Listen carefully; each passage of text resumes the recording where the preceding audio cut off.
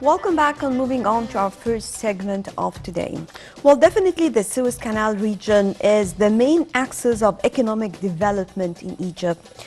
The Suez Canal Corridor Area Project is a mega project that was launched on the 5th of August 2014 by President Abdel Fattah el-Sisi and completed in 2015. To discuss this in more details and tracking all about the importance of all projects taking place over there, especially the upcoming projects to be held in the near future, definitely it's a pleasure to have with us, of course, our guest for today, Dr. Shereen Rayan, and she's an economic expert. Good morning, doctor. Good morning.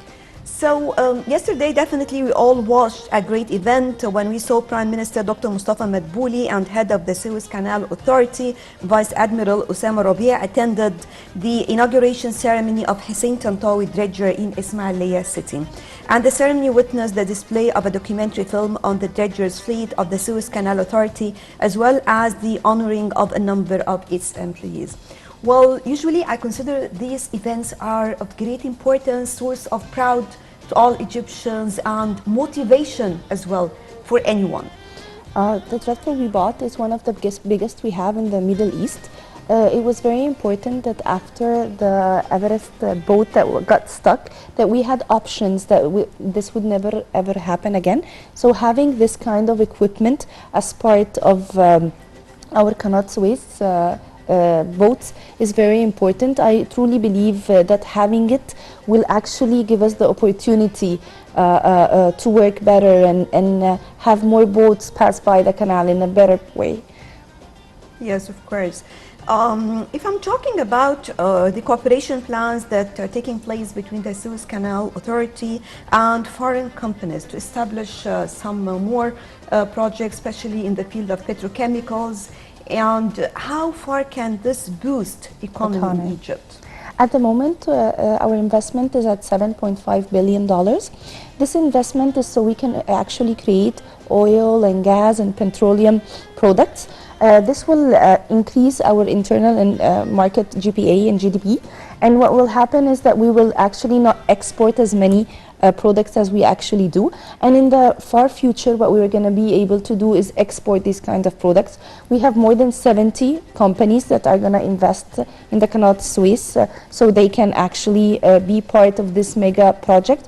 I believe it will not be finalized except for 2023. We still have a couple of years to finalize it, but it will provide about 15,000 new employment jobs for people. So it will boost not just the economy, it will boost the entire area.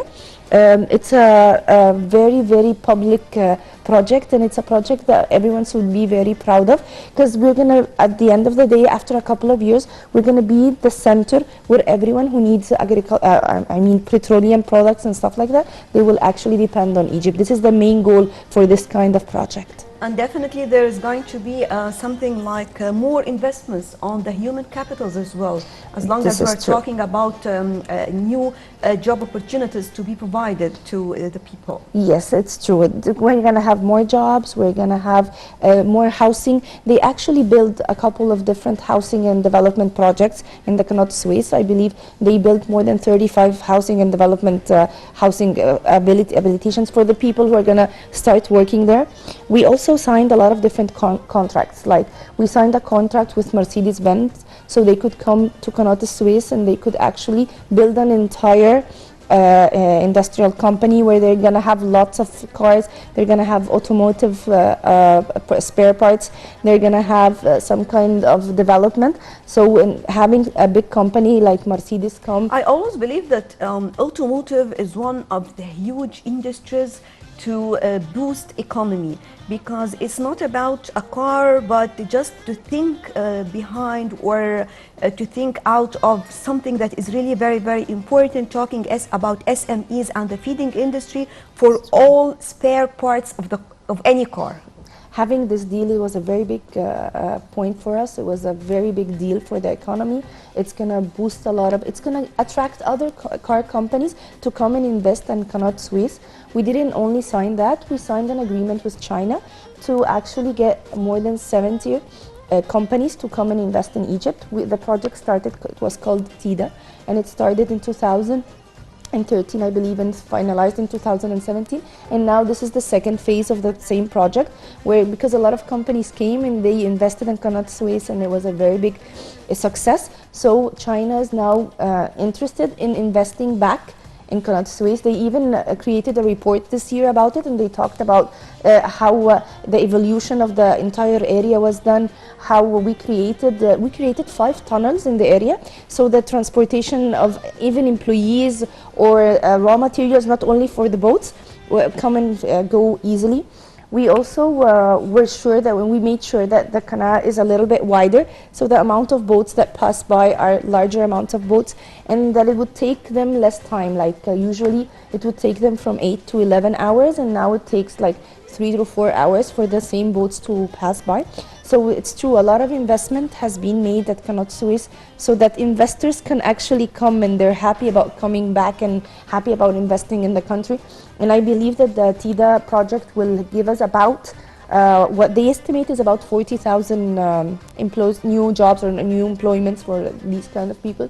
So I believe that the entire area has been renovated, has changed a lot. They have done renovations in the streets, they have added the housing, they have added the tunnels. They are creating an area where it's going to be a standalone industrial area where anyone worldwide who wants to open up their companies right here, they're going to have the ability to do that.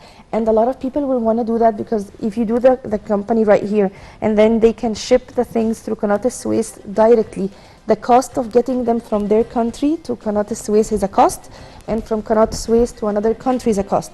But if they actually implement the idea of doing the actual company in Suez, like in Ain al-Sukhna and the other villages that are around it, then they will actually invest, it will be less cost for them.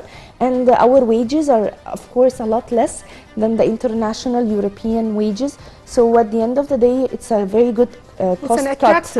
It's an attractive cost cut for them, but for us, it will be able to give us a lot of international exposure. It will give us the opportunity to give our country and our employees and our people more jobs. It will flow in foreign currency. It will give us the opportunity to actually do whatever it is, whether it's textile or cars or petroleum or gas, in Egypt and export it. And I believe that in the internal market, it will be completely different, because it will give us the opportunity to bring down, I believe, the cost of things, because it will be done actually internally here in Egypt. Right, just allow me to move on to a quick break, then we'll be back. Welcome back, and talking about chances for the foreign investments when it comes to the renewable energy in Egypt. How far is this important, and how can we achieve what we want and even more of what is expected? Do we have plans? We do have plans. Egypt is expected to do 20% of its electricity from renewable resources. To be able to get those 20%, I believe that Qanat Suez are planning on doing it's something called mine fields.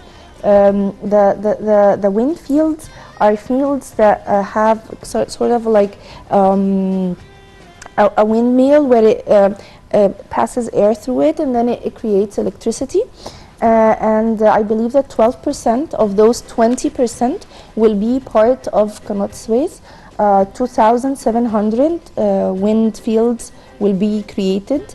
And that's a big part of renewable energy. It's something that is going on worldwide, and it's an approach to be able to take care of the environment, and Egypt is part of it.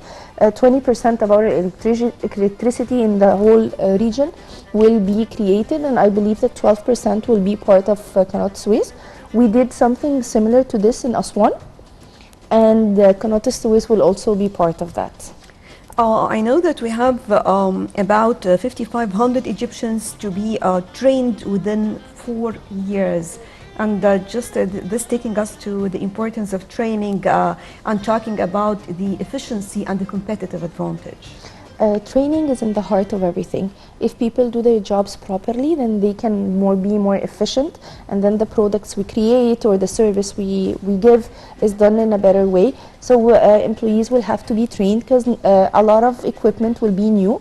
A lot of companies will come with their own international standards that maybe we are not used to be following or doing in Egypt. So what's going to happen is that those employees will going to have to have a training system with the international company in their head office, and they will be trained to be able to create products and create services that are in an international level. It's a big deal as well for us. If we create jobs for 15,000 people and then ITIDA creates jobs for 40,000 people, we will have about 45 to 50,000 people who have been trained to international standards and can be able to create an industry that's completely different. Training is something that people have to go through to be able to be better. Over the years, whether you're 25 or you're 60, you don't know everything. So training is a core. Every day we are learning more. Oh. So talking also about all the projects taking place in the Suez Canal area, definitely this is going to be part or the umbrella of a comprehensive strategic development plan in the canal region, and this will affect again the economy. It's true. All the investments that are going to come overseas, all the workers that are going to have new jobs, all the new infrastructure that has been developed for this system, even creating that infrastructure has created jobs. Even just if we only think about the infrastructure and the amount of development for the streets and the amount of development for the tunnels and the amount of housing that has been built. A huge amount of yes. It's like you have a certain area or a certain place, and then you're starting to think about it in a very, very economic and in a very, very type of, I'm an investor and this is where people are going to be wanting. So what's really going to happen is it is going to attract foreign currency, and it is going to create jobs, and it's an area where it needs a lot of development. But I believe that when it started in 2014, if you look at it right now, it's completely different. It's renovated, it has a lot of opportunities, so I believe it will continue growing. I think that most of the plans are going to be to 2023. They even are now building a stadium, a football stadium, a huge international football stadium, where sometimes if we want to provide international football matches in Egypt, Qanat Suez will have one. I remember in the past when we used to talk about this, some people, they believe that this is not of great importance. Why are you taking this as top priority? But it proved that definitely it is of great one importance. of the most important actually projects to take place. This is true. They're building a museum as well. If you've heard about it, they're building a museum. The museum, I believe, has a couple of years left to be finalized, but they will also have a museum. It will be like a certain kind of area where it has everything it needs. It has the industrial area, it has its own employees, it has its own museum. Comprehensive development structure. It's a standalone area where the economy will be boosted, especially if it's boost there, it's boost in the entire country. So it's a very, very good investment. A lot of providers and companies will really want to be part of that, because as I told you, cost-wise, it will be very nice for them to actually do the things there and ship it directly. I believe it will cost, the cost will be reduced. Logistics will be facilitated. So talking about the investment laws and how to provide more incentives to attract more investments, we know that law number 721/2017 ensure competitive investment regulations and incentives. How do you see it, and what are the challenges that still we face? I'll tell you, because we are in a little bit bureaucratic kind of country, so the laws are very complicated, and we have a lot of policies and procedures, and you have to sign the same paper from 12,000 people to get your approvals to be able to do. But after this law and after the law was created, the law was created, exactly, the law was created so things move a little bit faster, because investments will not get bureaucracy. If you do all this and you do all these renovations and you create this entire city, and it takes them weeks and months to be able to get their approvals and their shipments, they will not come to Egypt. So this law was specifically created for Qanat Suez, and it was specifically created to make investors have the ability to move their shipments or create their products in our country in an easier way. The project itself was just like a dream that came into reality in no time. So definitely That's those who true. would like to join, definitely it also will take place in no time. It takes a lot of time to change the law, and it takes a lot of time to change bureaucracy. So that's why the amendment was made to solve this problem in the quickest way possible. Talking again about such a huge project, and how can we promote for more SMEs and more job opportunities for the youth who would like to start their own business? I mean, if anyone would like to join, for example, with the feeding industry for automotive or any other sector, how can they participate and be part? Because the SMEs are the main pillars also of the big projects. I believe that what's going to really happen is when we're going to have mega investors like China and Mercedes from Germany, and we're going to have different investment. Russia is signing with us an agreement as well. When these investors come, they're going to have people at the end of the chain that are actually giving them service. Like, these people are going to have to eat. So supermarkets and coffee shops and small businesses in the area are going to have to step up, because the amount of employers who are going to work there are going to need those services. So the SMEs will be created just by getting those mega companies and getting those employees. You're going to have training centers for them to get actually trained.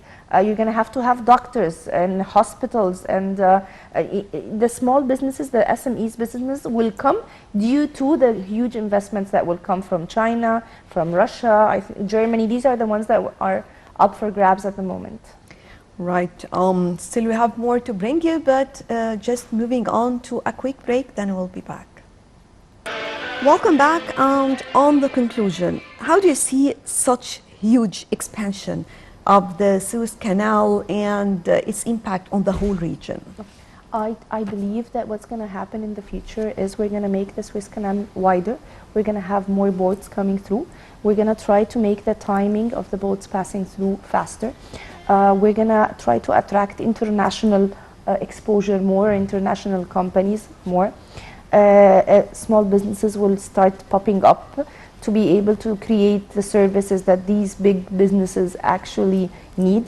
And it's not a project that will stay for a couple of years and fade away. I believe that it's a project that will stay for at least 5 or 6 more years, where every single thing that we think of or believe we can create will be part of Suez Canal. And I believe that the people living there will not come to Cairo to work here anymore. They will stay there, and that a lot of people will be moving to Suez Canal to actually live there and start their jobs there. Right, Dr. Shereen Rayan, economic expert, thank you very much for joining us. Thank you. Right, moving on to a quick break, then we'll be back with more on The Breakfast Show.